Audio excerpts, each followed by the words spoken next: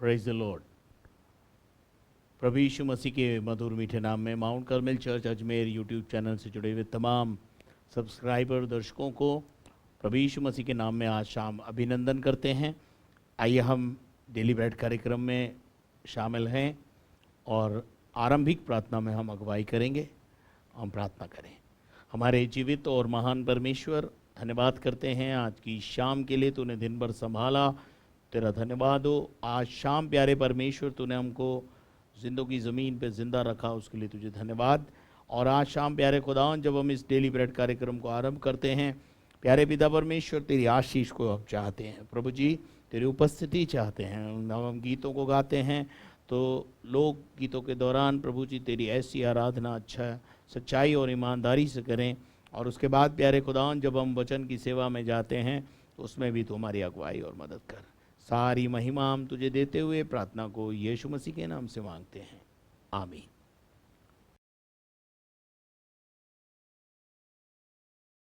आइए मिलके प्रभु के नाम को ऊंचा उठाएंगे और गीत को गाएंगे। अकेला कभी ना छोड़ेगा आपको मेरा परमेश्वर, सदैव हमें संभालेगा।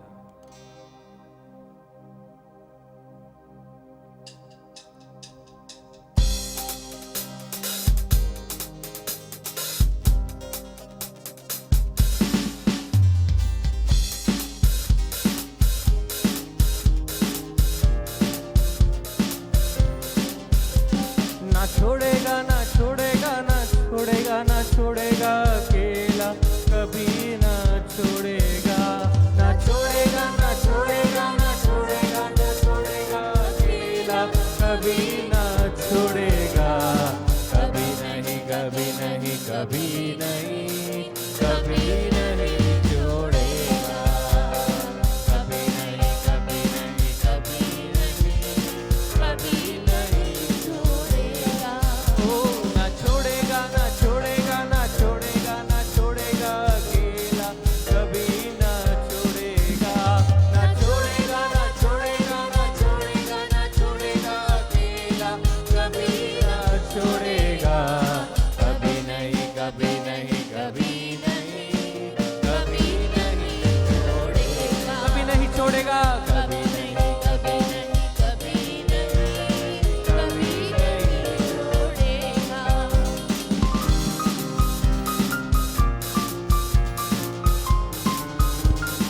वो बातों का सच्चा है, चरवाहा अच्छा है।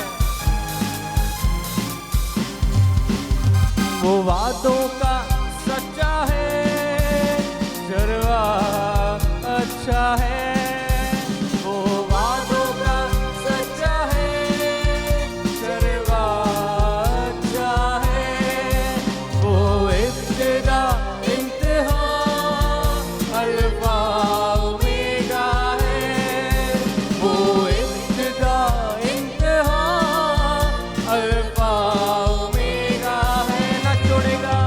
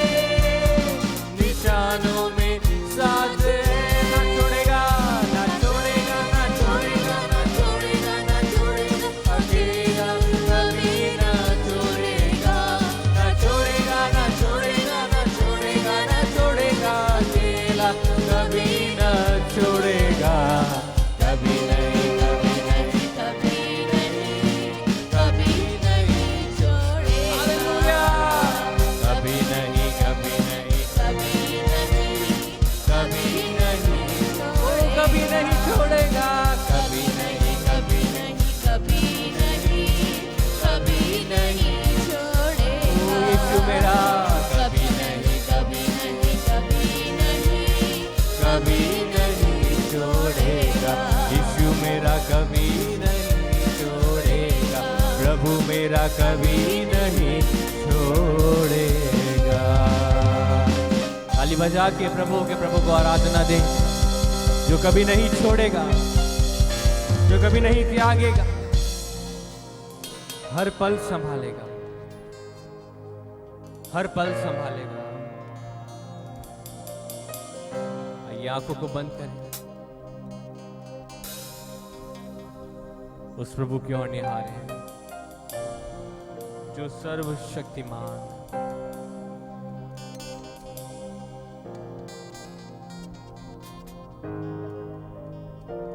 प्रभु की ओर ध्यान लगाएं। दिल में बसा लिया तुझको, रूह में समा लिया तुझको,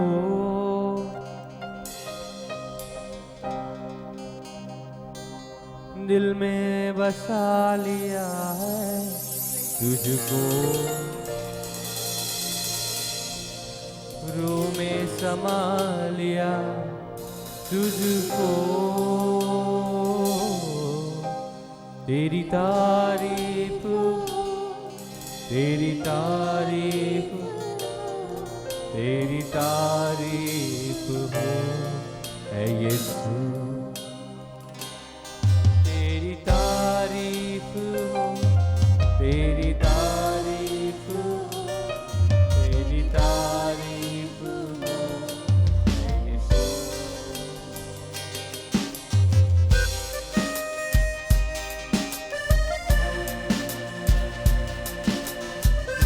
तारीफ होवे तेरी प्रभु, दिल में बसा लिया है तुझको,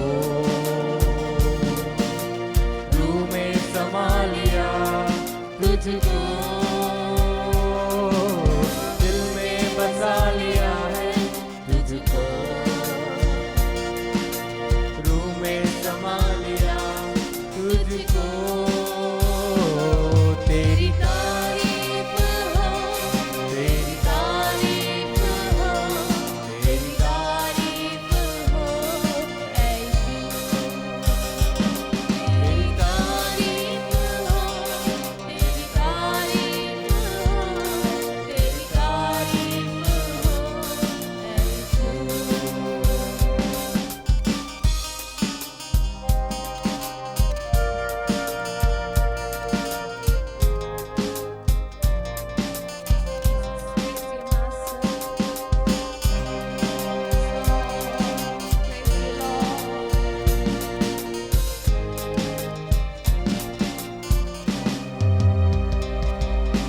मेरे लिए तू मरा, मेरे लिए तू गड़ा, मेरे लिए तू मरा, मेरे लिए तू गड़ा।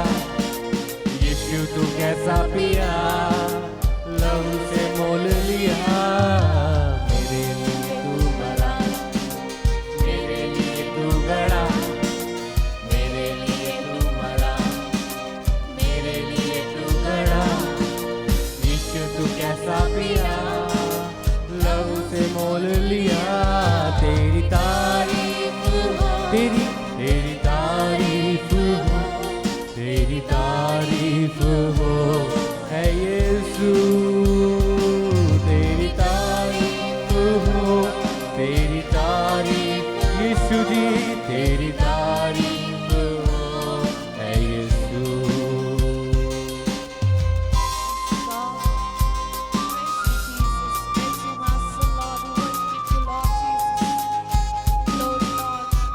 वंदना हो अब तेरी, आराधना हो यीशु राजा, तू महान है। वंदना हो अब तेरी, आराधना हो अब तेरी, वंदना हो अब तेरी, आराधना हो अब तेरी। महिमा करूं मैं तेरी, आशा यही नासरी। वंदना हो अब तेरी, आराधना हो अब तेरी। गाइए वंदना हो, आराधना आराधना हो अब तेरी। महिमा करूं मैं तेरी, आशा यही नासरी, तेरी तारीफ हो, तेरी तारीफ हो, तेरी तारीफ हो, ऐ यीशु तेरी तारीफ, तेरी तारीफ, तेरी तारीफ हो, तेरी तारीफ हो, ऐ यीशु तेरी तारीफ हो, तेरी तारीफ हो अप्पा, तेरी तारीफ हो, तेरी तारीफ हो, ऐ यीशु तेरी तारीफ हो, यीशु राजा तेरी तारीफ हो, तेरी तारीफ हो, ऐ यीशु ओ तेरी तारीफ हो, ऐ यीशु तेरी तारीफ हो, ऐ यीशु।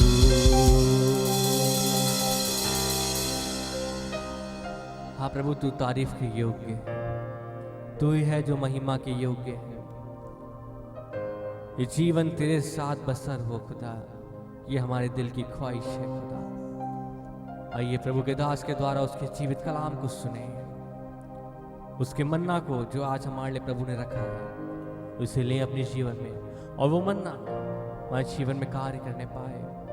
जब उसका वचन आए तो अपने आप को कठोर ना करे मेरे प्रियो, बट नम्र हो कि उसके वचन को अपने अंदर रिसीव करें, सो दैट वो वर्ड हमारे जीवन में कार्य करने पाए, हमें आजाद करे, हमें स्वतंत्र करे, हमें और परिपक्वता में, आत्मा में और मजबूत करने पाए। Thank you for the holy spirit, we praise you. आइए प्रभु के दास के द्वारा उसके जीवित कलाम को सुनिए।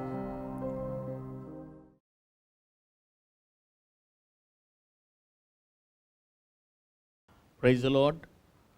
Mount Carmel church Ajmer YouTube channel से जुड़े हुए तमाम सब्सक्राइबर दर्शकों को प्रभु यीशु मसीह के मधुर मीठे नाम में डेली ब्रेड कार्यक्रम में मैं आप सबका अभिनंदन करता हूं। आशा करता हूं आप दिन भर अच्छे रहे होंगे और अपने आप को प्रभु ने संभाला, हमें संभाला, उसके लिए प्रभु को धन्यवाद। और आशा करता हूं आप परमेश्वर को वचन सुनने के लिए भूखे और प्यासे हैं और आप तैयार हैं। यदि आप तैयार हैं तो परमेश्वर और हम सब तैयार हैं। तो आइए हम परमेश्वर को वचन में से निकाल के पढ़ेंगे मत्ती रचित सुसमाचार उसका 5वां अध्याय, और उसके हम पहले और दूसरे पद को पढ़ेंगे, और उसके बाद हम 6ठे अध्याय की 9वीं आयत के अंदर लिखा है, वह इस भीड़ को देखकर पहाड़ पर चढ़ गया, और जब बैठ गया तो उसके चेले उसके पास आए, और वह अपना मुंह खोलकर उन्हें ये उपदेश देने लगा। यीशु मसीह ने कहा, जब तुम अतः प्रार्थना तुम इस रीति से प्रार्थना किया करो, हे हमारे पिता, तू जो स्वर्ग में है, तू जो स्वर्ग में है, you are in the heaven, you are in heaven, our father in heaven. तेरा नाम पवित्र माना जाए। दुनिया में बहुत सारे लोग हैं जो प्रतिदिन प्रार्थना करते हैं, और हर एक व्यक्ति का या हर एक धर्म में अलग अलग प्रकार से प्रार्थना, अर्चना, अरदास सिखाई जाती है और की जाती है। और यीशु मसीह भी अपने चेलों को एक प्रार्थना करने का एक तरीका सिखा रहा है, जिसे मसीही समाज में आवर फादर इन हेवन करके एक प्रेयर है, वो उसके नाम से जाना जाता है। और आप एक अच्छे मसीही हैं तो आपको सबसे पहली बात है, यीशु मसीह ने जो ये प्रारंभिक प्रार्थना अपने चेलों को करना सिखाया, जब चेले प्रार्थना करना नहीं जानते थे तो यीशु मसीह ने उनको प्रार्थना करने का एक सही पैटर्न यहाँ पर दिया है। It is the pattern of prayer. ये प्रार्थना करने का एक प्रारूप है और एक तरीका है कि किस प्रकार से आपको प्रार्थना करना है। अब यीशु मसीह ने ये प्रार्थना जीवन भर करने के लिए कहा, ऐसा तो यहाँ नहीं लिखा है, लेकिन आरंभिक दशा में जब प्रार्थना करना चेलों को नहीं आता था तो उन्होंने उनको प्रार्थना करना सिखाया। जैसे हम अपने बच्चे को प्राइमरी स्कूल में जब आरंभिक दौर पे नर्सरी क्लास में भेजते हैं तो एक टीचर उसको ए फॉर एप्पल लिखना सिखाता है, और उसके बाद वो बी फॉर बॉय सीखता है, और फिर उसके बाद सी फॉर कैट सीखता है, और उसके बाद जो है वो धीरे धीरे जैसे जैसे वो बढ़ता है तो अपने आप से वो लिखना शुरू करता है, फिर अपने आप से वो शब्दों को लिखना शुरू करता है और उसके बाद सेंटेंस को लिखना शुरू करता है। इस प्रकार से ये प्रारंभिक प्रार्थना प्रभु यीशु मसीह ने अपने चेलों को सिखाई, और किस प्रकार से आपको प्रार्थना करना शुरू करना है, कैसे एंड करना है, और आपको क्या क्या प्रार्थना में प्रभु से मांग सकते हो, वो सब बातें यहाँ पर यीशु मसीह ने अपने चेलों को बताई। तो सबसे पहली बात जब हम देखते हैं तो उसने लिखा है कि सो जब तुम प्रार्थना करो तो इस रीति से प्रार्थना किया करो। It is a pattern of prayer, ये प्रार्थना का एक तरीका है। और सबसे पहली बात है, हमें इस बात को समझना है कि हम प्रार्थना कैसे किस से करें। तो यहाँ यीशु मसीह सिखा रहा है, हे हमारे पिता, आवर फादर इन हेवन, जो हमारा सबका पालनहार तारणहार सृष्टिकर्ता परमेश्वर है, उसको उसने एक संज्ञा दी है और वो है स्वर्गीय पिता। दुनिया में हम देखते हैं कि हमारे संसारिक जीवन में, शारीरिक जीवन में हम जन्म लेते हैं तो एक पिता होता है, और वो पिता किस प्रकार से हमारा पालन पोषण करता है। हम बीमार होते हैं तो हमारी रक्षा करता है, हमारा इलाज करवाते हैं। तो एक पिता का जो प्रेम है वो यहाँ पर अगर हम अपने संसारिक पिता के अंदर देख सकते हैं, उससे भी बड़ा एक प्रेम है जो हमारा स्वर्गीय पिता, पूरे संसार का पालनहार तारणहार सिरजनहार, और उसका निवास स्थान कहाँ है, वो है स्वर्ग में। और इसीलिए लिखा है तू जो स्वर्ग में है। तो हम सबसे पहली बात ये देखें कि प्रार्थना करने से पहले, ऐ हमारे बाप की प्रार्थना करने से पहले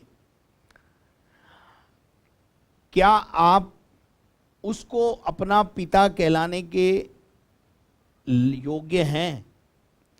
क्या वो आपका पिता है और क्या आप उसके पुत्र हैं? क्या आपने उसे अब्बा पिता कहने का अधिकार प्राप्त किया है? अब आप बोलेंगे अधिकार कैसे प्राप्त किया जाता है? मैं आपको परमेश्वर के वचन से आपको बताना चाहता हूं कि प्रभु का वचन कहता है, मलाकी नबी की किताब 1 अध्याय और उसके 6 पद से कुछ पदों को हम पढ़ेंगे। पुत्र पिता का, पुत्र जो होता है वो पिता का, और दास स्वामी का आदर करता है। दास अपने स्वामी का आदर करता है। यदि आप नौकरी करते हैं तो अपने बॉस का आदर करते हैं, सम्मान करते हैं।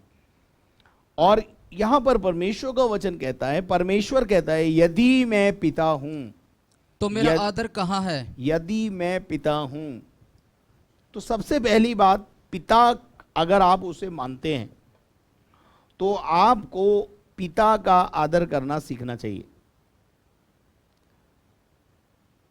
पिता का आज्ञाओं का पालन करना, उसका आदर करना, सम्मान करना, ये बच्चे का एक परम कर्तव्य होता है। हम अपने घरों में पारिवारिक जीवन में भी देखते हैं कि यदि हमारा जो बच्चा है वो हमारा आज्ञाकारी है और हमारे को हमारी केयरिंग करने वाला है और आदर करने वाला है, सम्मान देने वाला है, तो ऐसे बच्चों के लिए, ऐसे बच्चे, बेटा या बेटी हो, उनके लिए एक पिता जो है वो बोलने से ज़्यादा, उनके मांगने से पहले ही उनकी आवश्यकताओं पर ध्यान करता है। मैं ऐसा विश्वास करता हूं कि उसको मांगने की जरूरत भी नहीं पड़ती, लेकिन एक अनाज्ञाकारिता करने वाला, अनादर करने वाला बेटा रोज गुहार भी लगाता रहता है तो अभी बाप जो है उसको इग्नोर करता रहता है। क्या आप अपने पारिवारिक जीवन में इस बात को देख सकते हैं? हो सकता है आप तो एक मसीह परिवार है, आपके परिवार में ऐसा नहीं होता होगा, आपका बच्चा आपका आदर करता, सम्मान करता, लेकिन एक पड़ोसी का बच्चा है जो इस प्रकार से रेबॉलियस है, ना बाप का आदर करता है, ना माँ का आदर करता है, ना पिता की आज्ञाओं का पालन करता है, तो क्या ऐसे पिता, बेटे से पिता खुश होता है? और यदि वो कुछ मांगेगा तो क्या उसको मिलेगा? अब यहां पर हम देखते हैं कि यहां लिखा है कि यदि मैं पिता हूं तो मेरा आदर मानना कहाँ है। देखिए, मैं आपको इस ए हमारे बाप की दुआ को पूरा अच्छी रीति से समझाना चाहता हूँ, सिखाना चाहता हूँ। तो सबसे पहली बात, पिता कब कहलाता है? आपके पिता को आप पिता कब कहते हैं? जब आपने उसके घर में जन्म लिया होता है। अब मैं आप विश्वासियों से पूछना चाहता हूं, आप उसे पिता बोल रहे हैं, तो क्या आपका परमेश्वर के घराने में अडॉप्शन हुआ है? क्या आपने उसके घर में जन्म लिया है? देखिए, जन्म लेना और अडॉप्शन, हम परमेश्वर की लेपालक संतान है, उसने हमें लेके पाल लिया है। और जब अडॉप्शन पूरा हो जाता है तो जिसको ले लिया जाता है, अडॉप्ट कर लिया जाता है, उसमें और जन्म लिए हुए में कोई अंतर नहीं होता, वो बराबर के अधिकारी हो जाते। क्या आप समझते हैं? फिर उनमें कोई माँ बाप कोई पक्षपात नहीं कर सकते। परमेश्वर के घराने में क्या आपका जन्म हुआ है? क्या आपने उसको अपना पिता और उसने आपको अपना बेटा करके स्वीकार कर लिया है? अब आप बोलेंगे कि यह कैसे होता है, चलो ये भी बता देते हैं। यूहन्ना रचित सुसमाचार उसका पहला अध्याय और उसके 12 पद के अंदर परमेश्वर का वचन प्रभु यीशु मसीह के माध्यम से इस प्रकार से कहता है, परंतु जितनों ने उसे ग्रहण किया, जितनों ने उसे ग्रहण किया, उसने उन्हें परमेश्वर की संतान होने का अधिकार दिया। किसे किसे ग्रहण किया? मैं आपको बताना चाहता हूं, वचन को ग्रहण किया। आदि में वचन था, वचन ही परमेश्वर है। यदि आपने परमेश्वर के वचन को अपने जीवन में आदर दिया, ग्रहण किया है, तो आप परमेश्वर की संतान होने का अधिकार प्राप्त कर चुके हैं। और आप अब निधड़क होकर उसे अब्बा पिता कहकर पुकार सकते हैं। आपने वो अधिकार प्राप्त कर लिया है। मैं आपसे कहना चाहता हूं, ए हमारे बाप की दुआ करने से पहले नया जन्म का अनुभव, वचन को स्वीकार करके परमेश्वर के पुत्र या पुत्री बन जाना या उसके संतान बन जाना, ये जरूरी है।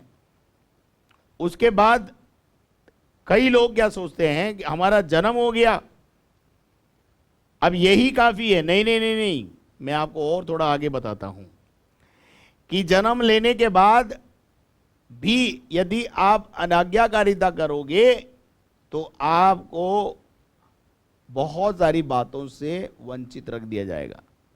इसमें कोई दो राय नहीं कि आप जिस घर में रह रहे हो तो आपने उस घर में जन्म लिया है तो रोटी कपड़ा और मकान आपको मिलेगा, क्योंकि आपने परमेश्वर के घराने में जन्म लिया है।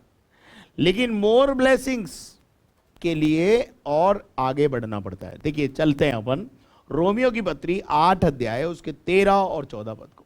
क्योंकि यदि तुम शरीर के अनुसार दिन काटोगे, जो लोग शरीर के अनुसार जीवन काटते हैं तो मरोगे, वे मरेंगे। यदि आत्मा से देह की क्रियाओं को मारोगे, आत्मा से देह की क्रियाओं को मारोगे तो जीवित रहोगे। चलिए 14वें पद में आते हैं। इसलिए कि जितने लोग सुनिए, जितने विश्वासी परमेश्वर के बपतिस्मा लेने के बाद परमेश्वर की आत्मा के चलाए चलते हैं, वे ही परमेश्वर के संतान वे हैं। ही परमेश्वर की संतान ठहरेंगे, वे ही परमेश्वर की संतान हैं।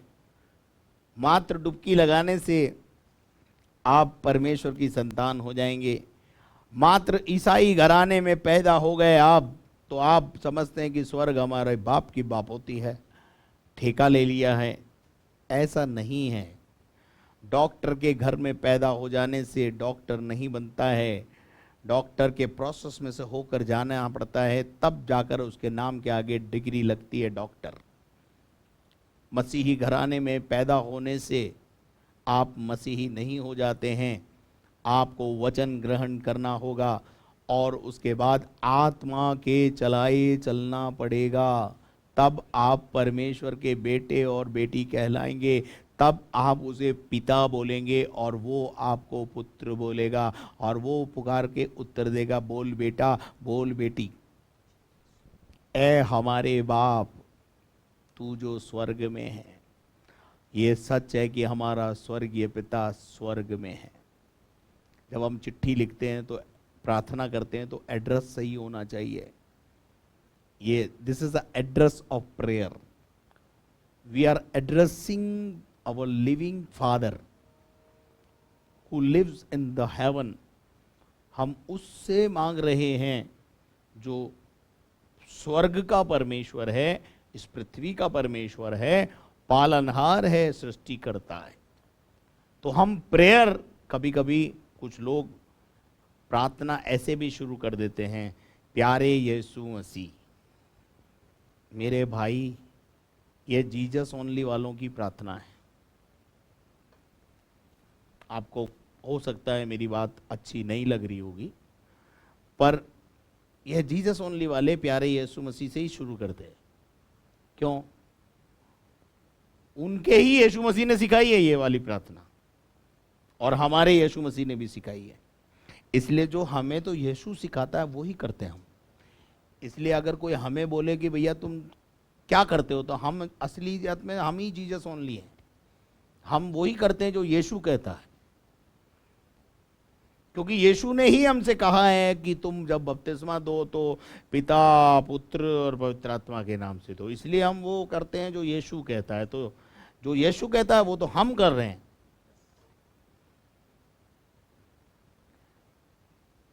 और जो स्वर्गीय पिता से प्रार्थना करता है, प्रार्थना का तरीका ही यीशु मसीह ने ये बताया। इसने, अगर यीशु मसीह को ये करना होता तो यीशु मसीह यहाँ बोलता, तो आप लोग जब प्रार्थना करो तो ऐसे बोला करो, प्यारे यीशु मसीह।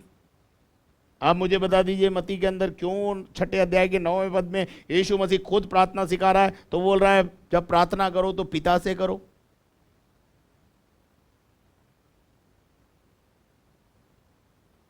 वचन को तोड़ मरोड़ के इस्तेमाल मत करो, सीधा सीधा इस्तेमाल करो ना उसका, सीधा सीधा समझो उसको। मैं टेढ़ा समझने की क्या जरूरत है? स्वर्गीय पिता जो तू स्वर्ग में है, लेकिन पिता बोलने से पहले उसकी आज्ञाओं का पालन करना भी हम सीखें। मलाकी 1 अध्याय 6 पद को थोड़ा और विस्तार से थोड़ा सा पढ़ेंगे। पढ़िए। पुत्र पिता का और दास स्वामी का आदर करता है। पुत्र तो पिता का आदर करता है, पिता पुत्र का कर्तव्य है कि वो अपने बाप का आदर करे, और दास स्वामी का आदर करता दास है। अपने स्वामी का आदर करे। और यदि मैं पिता हूँ, परमेश्वर कहता है कि यदि मैं बाप हूं तो मेरा आदर कहाँ है, मेरा आदर मान कहाँ है, और यदि मैं तुम्हारा स्वामी हूं तो मेरा भय मानना कहाँ है। तो मेरा भय क्यों नहीं मानते तुम? मेरे से डरते क्यों नहीं हो तुम? आगे, सेनाओं का यहोवा, हाँ, तुम याजकों से भी जो मेरे नाम का अपमान करते हो, हाँ, जो याजक अपमान करते हैं यही बात पूछता है। परंतु तुम पूछते हो, हमने किस बात में तेरा नाम का अपमान किया है। प्यारे यीशु करते रहते, फिर पूछते, प्रभु हमने कहाँ आपको परेशान किया, आपको कहाँ सताया? हाँ? प्रभु यीशु ने कहा, रे नहीं, मैंने जब तुमको बोला था प्रार्थना करो तो ये हमारे बाप बोला करो, हमारे पिता से प्रार्थना किया करो, तुम मेरे से करते हो। देखिए बाइबल में लिखा है, तुमने अब तक मेरे नाम से पिता से कुछ नहीं मांगा। क्या है? तुमने अब तक मेरे नाम से पिता से कुछ नहीं मांगा। मांगो तो दिया जाएगा, मांगो तो। देखिए पढ़ेंगे हम यूहन्ना का 16 अध्याय और उसके 23 और 24 पद को। उस दिन तुम मुझसे कुछ न पूछोगे, हाँ, मैं तुमसे सच सच कहता हूँ, मैं तुमसे झूठ नहीं बोलता हूँ और सच कहता हूँ, यदि पिता से कुछ मांगोगे। किससे मांगोगे? पिता से। किससे मांगोगे? पिता से। बोलो ना, मुझसे मांगोगे ऐसा बोला क्या यीशु मसीह ने? इसलिए विश्वासी इस बात को ध्यान रखें, जब भी प्रार्थना शुरू करते हैं तो हमारी प्रार्थना का आरंभिक हमारे दयालु स्वर्गीय पिता परमेश्वर, वहां से शुरू करनी है प्रार्थना। प्यारे यीशु मसीह से नहीं करनी है। भाई सही तरीका तो यही है जो मुझे दिख रहा है बाइबल में। यीशु मसीह कह रहा है, ये तुम उस दिन मुझसे कुछ ना पूछोगे, मेरे को तो अलग कर दो तुम, और मेरे नाम से तुम पिता से मांगो। ऐसे ही लिखा, देखो पढ़ो। तो मैं वह तुमसे सच कहता हूं, यदि पिता से कुछ मांगोगे तो वह मेरे नाम से तुम्हें देगा। In the name of Jesus Christ, Yeshu Masih के द्वारा हमें पिता से मांगना है। No doubt Jesus is a mediator. Yeshu Masih एक मध्यस्थ है हमारा। यीशु मसीह हमारा एक मध्यस्थ है। किसके बीच में मध्यस्थ है? परमेश्वर और मनुष्य के बीच में। आकाश और पृथ्वी के नीचे एक ही नाम दिया है, वो नाम है यीशु नाम। लेकिन पिता को इग्नोर करके पुत्र को खुश नहीं किया जा सकता। आप मुझे एक बात बताइए, यदि आप मेरे पिता का अनादर करें, मेरे पिता को इग्नोर करें और मुझे इनविटेशन दें, जब तक कि मेरा बाप जिंदा बैठा है, कोई मेरे नाम से मुझे इनविटेशन दे और पिता को इनविटेशन ना दे, आप बताइए ऐसा इस समाज में होता है क्या? वो बात एक अलग होती है कि जब आप अलग रहते हैं अपने माँ बाप से, तब आपके नाम से दिया जाता है। लेकिन अगर आप पिता के साथ रह रहे हैं, अक्सर मेरे घर में जो कार्ड आते हैं वो रेवरेंड बर्नार्ड डेविड के नाम से आते हैं। क्यों? मैं अपने पिता के साथ हूं, मैं अपने पिता में हूं। लेकिन अगर कोई मेरे पिता को इग्नोर करता है, आप मुझे बताओ, क्या मुझे बुरा नहीं लगेगा? क्या बताओ ना, हैं? अरे बोल ही नहीं रहे अभी, हाँ? लगेगा ना। अब मुझे एक बात बताओ, आप, मुझे भी बुरा लगता है, तो यीशु मसीह को भी अच्छा नहीं लगता होगा जब हम पिता को इग्नोर करके यीशु मसीह से डायरेक्ट बात करते हैं। यीशु मसीह ने कहा ही नहीं कि तुम मुझसे मांगो। यीशु मसीह ने कहा मेरे नाम से पिता से मांगो। तो 24 पद में क्या लिखा है? अब तक तुमने मेरे नाम से कुछ नहीं मांगा। अब तक, अभी भी फिर दोबारा बोल रहा है कि मेरे नाम से मांगो।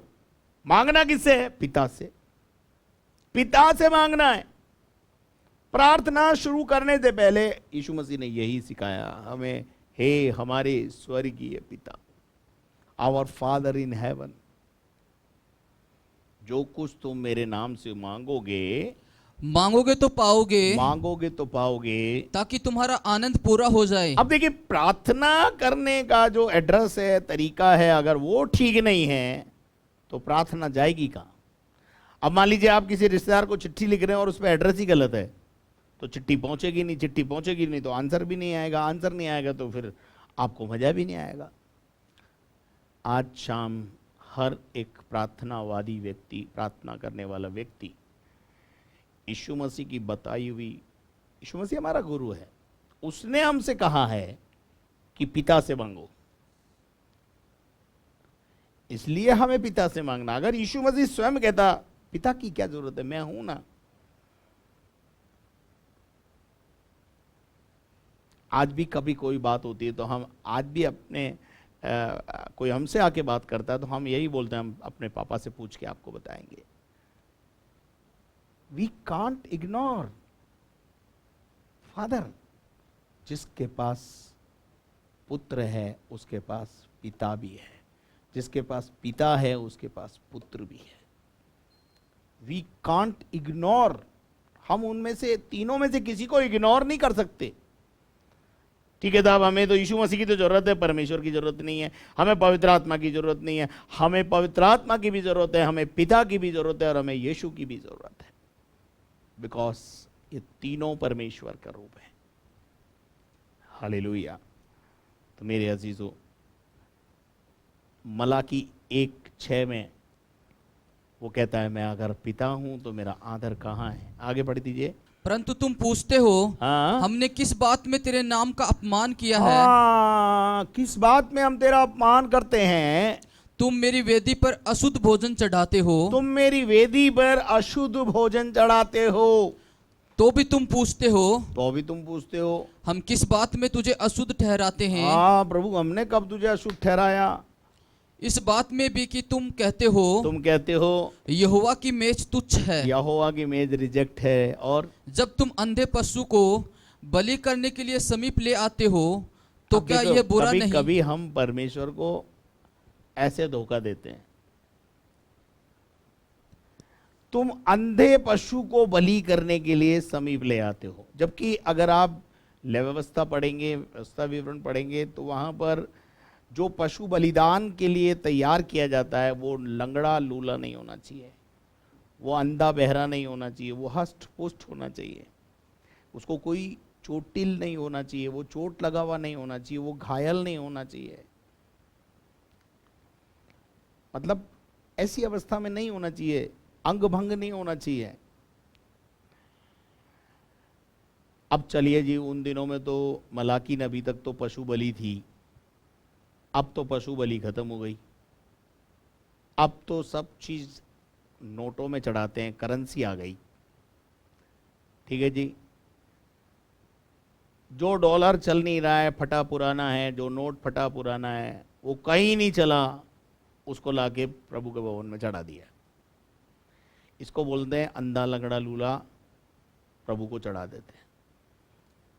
रोगी पशु, यहां लिखा है जब तुम लंगड़े या रोगी पशु को लेकर आते हो तो क्या मुझे बुरा नहीं लगता है? क्या अपने हाकिम के पास भी आप ऐसा ही सड़ा गला नोट चढ़ाओगे? अपने प्यार करने वालों को सड़े गले नोट देते हो? क्या तुम उससे उसको प्रसन्न कर पाओगे? वह अनुग्रह तुम पर हो पाएगा?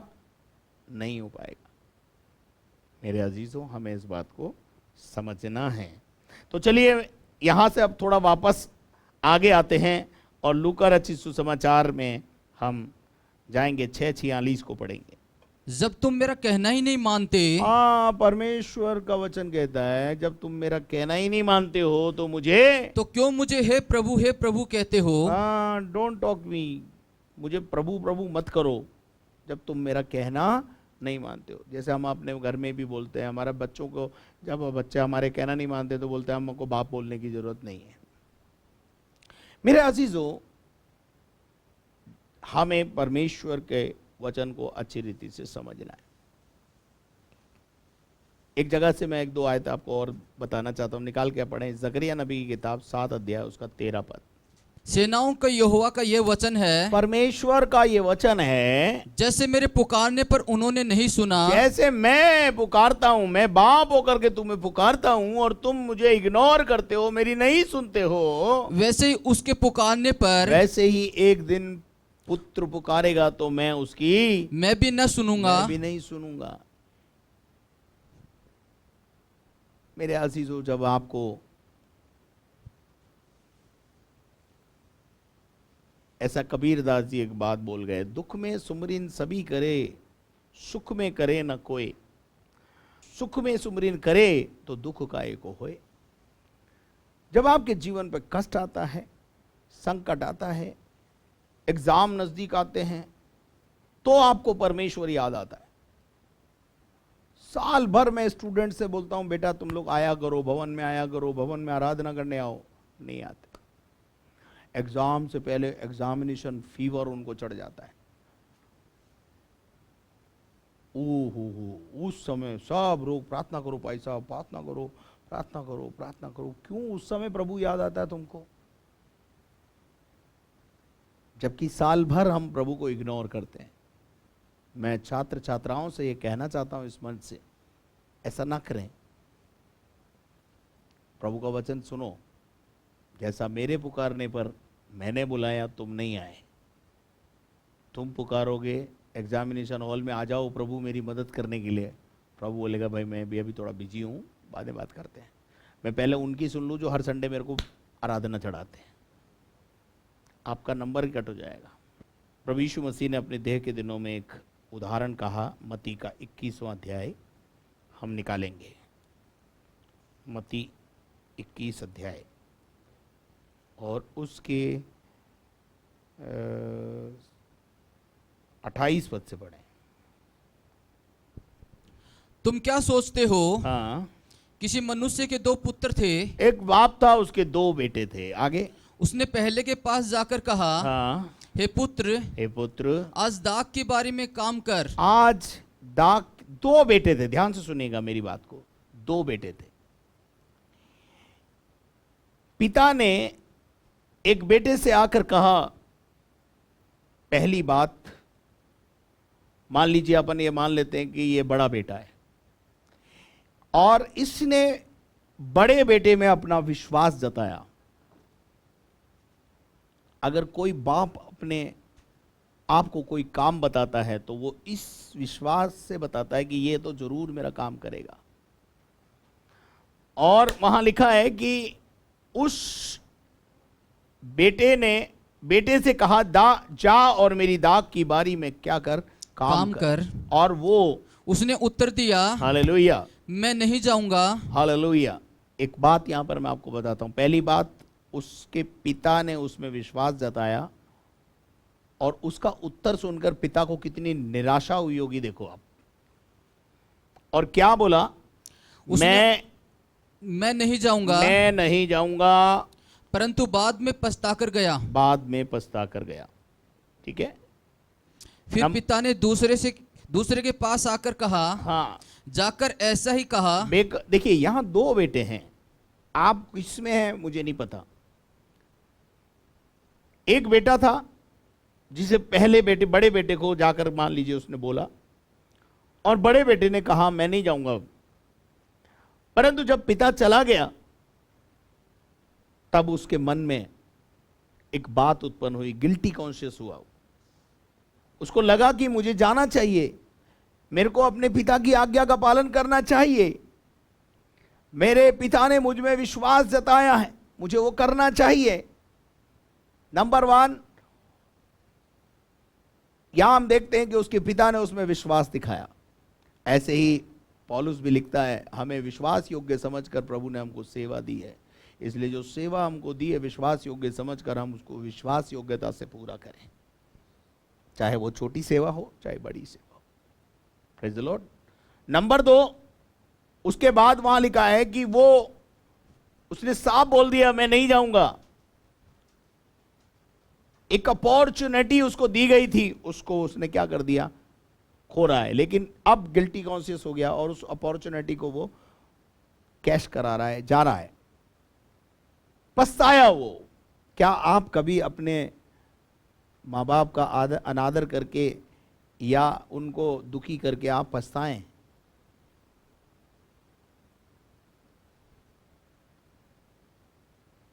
पश्चाताप बहुत अच्छी चीज है। अगर आपसे गलती हो गई तो आप उस गलती का पश्चाताप करें। आप अपने पिता के पास जाएं, उनसे बोलें, हाँ मेरे से गलती हो गया है। और इसने ऐसा ही किया, ये बाद में पछताया और जाकर दाख की बारी में उस अपॉर्चुनिटी को जो उसको दी गई थी उसका लाभ उठाया।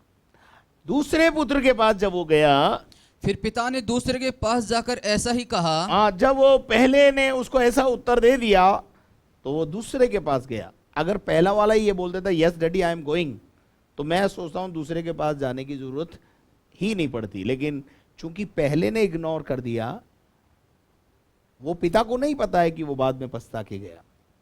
लेकिन यहां पर हम देखते हैं वो दूसरे के पास इसलिए गया कि यार भैया बड़े वाले ने तो मना कर दिया, अब तू छोटा वाला जो है तू अब बोल, तू क्या करना चाहता है। पढ़िए। उसने उत्तर दिया, हाँ। जी हाँ जाता हूं। ओ चापलूस बेटा। कैसा बेटा? Never say no and never do it. कभी ना भी बोलता नहीं है, कभी करता भी नहीं है।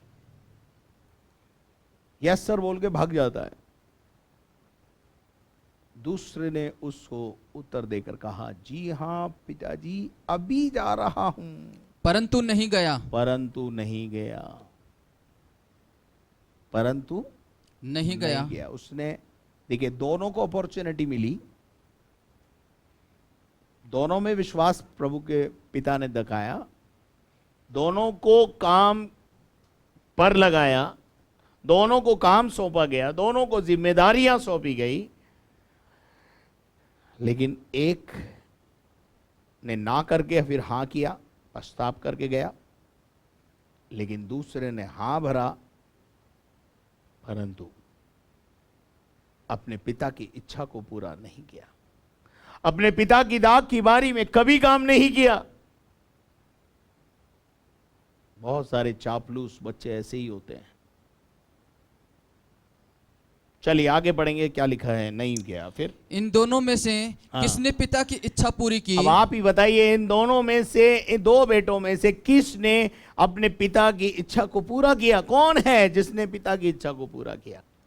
उन्होंने कहा पहले ने, पहले वाले ने। कम से कम उसके अंदर एक पश्चाताप तो आया कि अरे मेरे बाप ने मुझे आज पहली बार कोई काम बताया, पहली बार मैं अपने पिता के काम आने के लायक हुआ, और मेरे पिता ने मुझे इस विश्वास मुझ में दिखाया और मुझे अपॉर्चुनिटी दी कि जाकर मैं अपने पिता की दाग की बारी में काम करूं।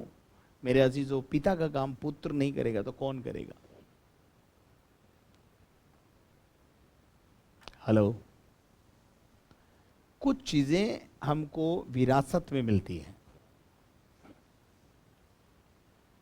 जैसे व्यापारी भाई होता है, एक दुकान खोल के बैठता है, एक होटल खोल के बैठता है, मान लीजिए। पहले उसके दादा बैठा करते थे, परदादा बैठते थे, फिर उसके दादा बैठने लगे, उसके बाद उसके पिता बैठे, उसके बाद वो बैठा, उसके बाद उसका बच्चा बैठेगा। यानी generation to generation, generation to generation ये कार्यक्रम चलता है। सेवकाई में भी ऐसा ही है। मेरे पिता ने जो विरासत में मुझे दिया, मैंने उसे स्वीकार किया। जब मैंने उसे स्वीकार किया तो मेरा बेटा अब उसे स्वीकार करेगा। मेरा बेटे के बाद उसके बच्चे अगर योग्य होंगे तो वो स्वीकार करेंगे।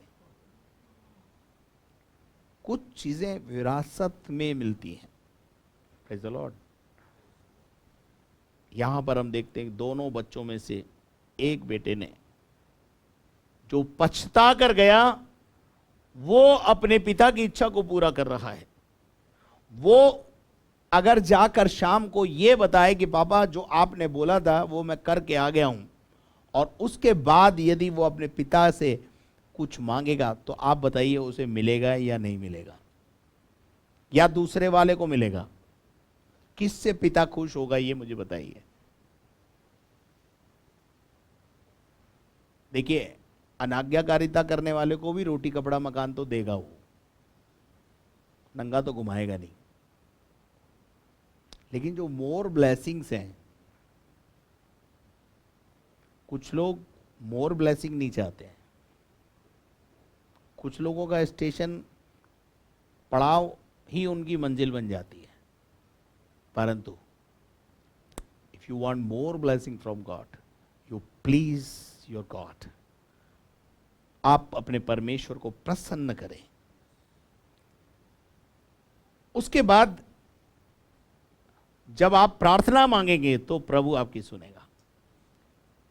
तो मैंने आज शाम आपको यह समझाने की कोशिश की है कि पहले, प्रार्थना से पहले आप परमेश्वर के साथ पुत्र होने का एक रिश्ते को कायम कर लें। इस दुनिया में हमारे 3 बाप होते हैं। पहला वो बाप है जो हमें शरीर के माध्यम से, शारीरिक दिशा से उसने हमें यहाँ पे जन्म दिया, वो हमारा बाप है। अब मुझे एक बात बताइए, उस बाप, वो आपका बाप है, ये आपको किसने बताया?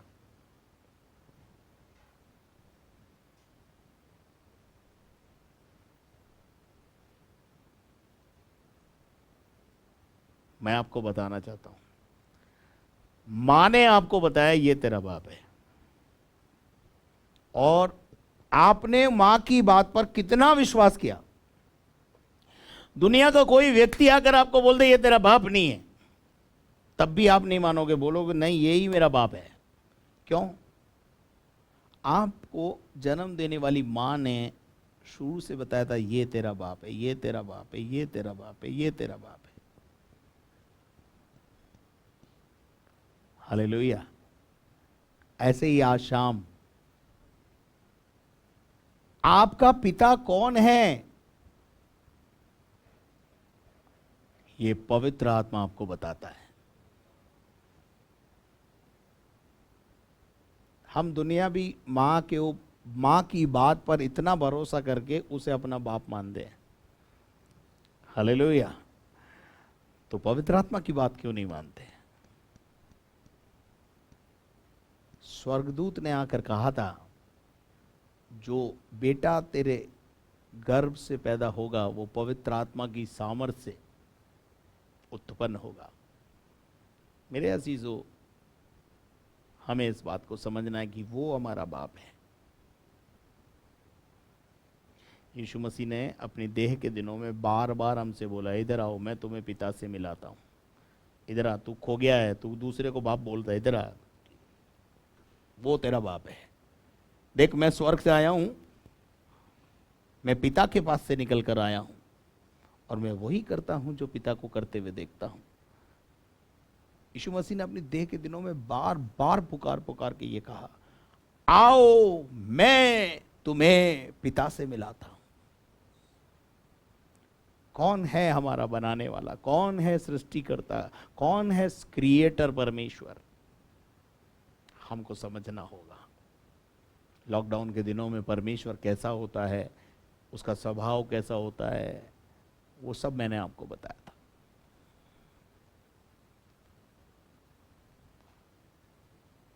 मेरे प्रिय लोगों, हमको इस बात को अच्छी रीति से समझना है। सबसे पहले हमारे बाप की दुआ करने से पहले 3 बाप के बारे में बता रहा था। पहला है शारीरिक बाप, उसके बाद है एक पिता और है जो इस दुनिया में, वो है शैतान हमारा बाप है।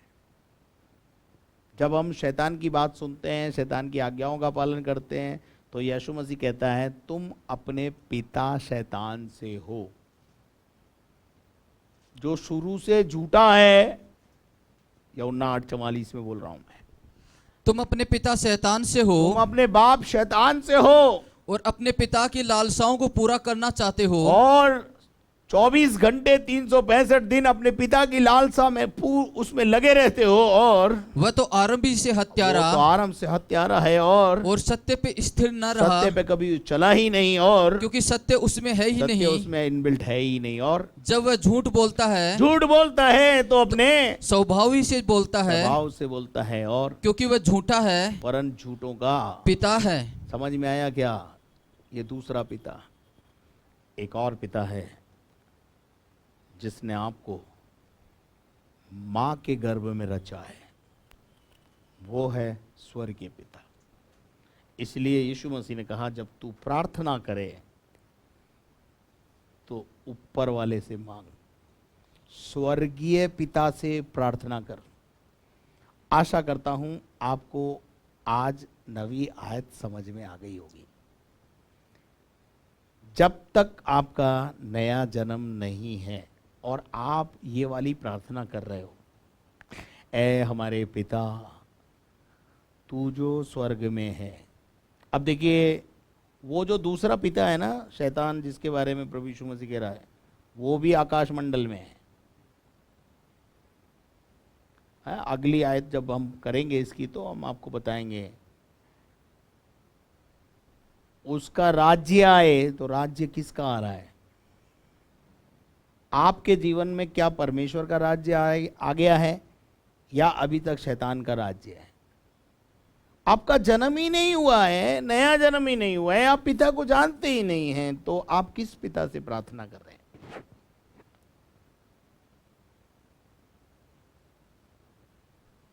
पहले पिता को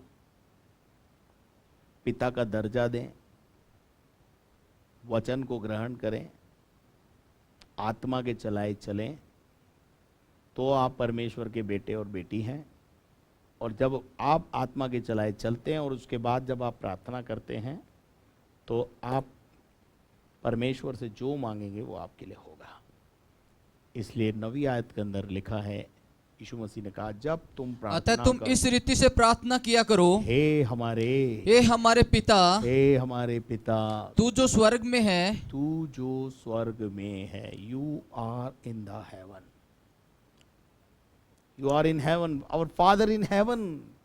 तेरा नाम पवित्र माना जाए। हेलोवाइड बी योर नेम, तेरा नाम पवित्र माना जाए। होली गॉड, तू पवित्र परमेश्वर है, ऐसा कह के हम उसको संबोधित करें। अगली आयत सीखने और समझने के लिए आपको कल तक का इंतजार करना होगा। आज समय हमारा इजाजत नहीं देता कि हम आगे बढ़ेंगे। ए हमारे बाप की दुआ को पूरा खुलासा करेंगे और समझेंगे। और आज शाम बस इतना ही समझें, बस इतना समझाना चाहता हूं कि आपका नया जन्म हुआ है या नहीं है, आप उसे पिता कहने के लायक हैं या नहीं हैं। आप उसको अब्बा पिता कह के पुकारते हैं तो क्या आपने वचन को ग्रहण किया है? क्या आप आत्मा के चलाए चलते हैं? आइए अपनी आंखों को बंद करें, हम दुआ करें। हमारे दयालु स्वर्गीय पिता, जब यीशु मसीह आप अपने देह के दिनों में थे तो आपने अपने चेलों को प्रार्थना करना सिखाया। उसी बात को आज हम शाम के समय में सीख रहे हैं प्रभु, कि जब तक हमारा नया जन्म नहीं है, जब तक हम तेरे बेटे और बेटी नहीं बन पाते, प्यारे परमेश्वर होने दे कि आज हम अपने नए जन्म के अनुभव में जाएं। नए जन्म के अनुभव के लिए बहुत कुछ करना पड़ेगा, ऐसा नहीं है। सिर्फ प्रार्थना करना है, पश्चाताप की प्रार्थना करना है, परमेश्वर के साथ अपना संबंध को बनाना है। तुझे पुकारेंगे तो हम, तू हमारी सुनेगा। प्यारे खुदावन प्रभु जी, पुत्र पिता का आदर करता है, दास स्वामी का आदर करता है। होने दे खुदा, हमारे जीवन में भी हम ऐसा ही सीखें। धन्यवाद करते तूने हमारी प्रार्थना को सुना है, सारी महिमा तुझे देते हैं। इस समय विशेष तौर से प्रभु, जिनके आज जन्मदिन है और जिनके आज प्रभु जी मैरिज एनिवर्सरी, उनको यीशु मसीह के नाम से हम आशीष कहते हैं। और विशेष तौर से प्रभु जो बीमार हैं, और विशेष तौर से बेटी हेमा बच्चानी जो कि बीमार अवस्था में है, प्रभु तो उसको छू के चंगाई दे, और जो भी और बीमार है उनको छू ले और चंगाई दे, और सारी महिमा तुझे मिले और हम घटें और तू बढ़े। यही हमारे जीवन की इच्छा अभिलाषा है। सारा आदर मान सम्मान गौरव तुझे देते हुए प्रार्थना को आपके पुत्र हमारे जिंदा खुदावंद यीशु मसीह के जलाली और सामर्थी नाम से मांगते हैं, आमीन। और अब हमारे खुदावंद यीशु मसीह का फजल, खुदा बाप की मोहब्बत, पाक रूह की रिफाकत और शराकत अब से लेकर हमेशा तक हम सबों के साथ होती रहे, और हम सब बोले आमीन। Praise the Lord. परमेश्वर आप सबको आशीष दे। यदि आपने हमारे चैनल को सब्सक्राइब नहीं किया तो सबसे पहले आप सब्सक्राइब करें, बेल आइकॉन को दबाएं। अगर आप आशीष पा रहे हैं तो शेयर करें, लाइक करें, और यदि आप अपने प्रार्थना के निवेदन हमें देना चाहते हैं तो हमारे प्रार्थना टावर के नंबर स्क्रीन पर हैं। और यदि आप हमारी सेवा का भाग बनना चाहते हैं, हमारे लिए प्रतिदिन प्रार्थना करें। साथ में यदि आप इस सेवा को बढ़ता हुआ देखना चाहते हैं तो अपने धन के द्वारा योगदान दे करके आप हमारे साथ शिरकत हासिल कर सकते हैं, हमारे साथ खड़े हो सकते हैं, इस सेवा का एक भाग बन सकते हैं। तो उसके लिए बैंक की डिटेल्स आपके स्क्रीन के ऊपर हैं, कृपया उसका इस्तेमाल करें। Thank you very much. कल शाम 6 बजे फिर आपके साथ डेली ब्रेड कार्यक्रम में मुलाकात करेंगे। तब तक के लिए अपने घर में रहिए, सुरक्षित रहिए। धन्यवाद।